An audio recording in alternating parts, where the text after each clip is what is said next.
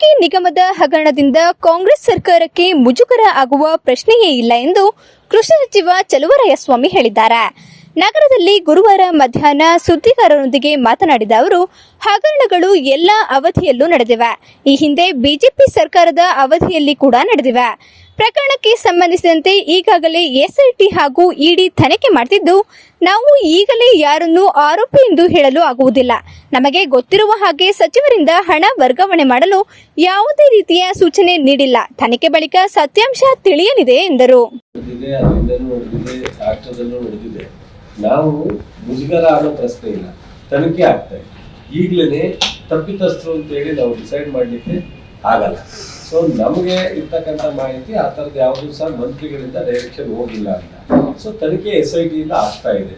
ತನಿಖೆ ಹೊರಗಡೆ ಬರ್ದಲೇ ನಾವು ಮಾತನಾಡ್ತಕ್ಕಂಥದ್ದು ಸೂಕ್ತ ಅಲ್ಲ. ಮತ್ತು ಇಡಿನೂ ಇದ್ರ ಮಧ್ಯದಲ್ಲಿ ನೆನ್ನೆನೇ ಎಂಟ್ರಿ ಆಗಿದೆ.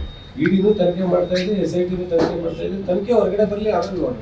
187 ಕೆಲವು ಅಧಿಕಾರಿಗಳು ಅಧಿಕಾರ ಡೆಲಿಗೇಟ್ಸ್ ಪವರ್ ಇರ್ತದೆ. ಕೆಲವು ಮಂತ್ರಿಗಳಿಗೆ ಫೈಲ್ ಬರಬೇಕಾಗುತ್ತೆ, ಕೆಲವು ನಿಗಮದಲ್ಲೇ ತಗೊಳ್ಳುವಂಥ ತೀರ್ಮಾನ ಇರುತ್ತೆ.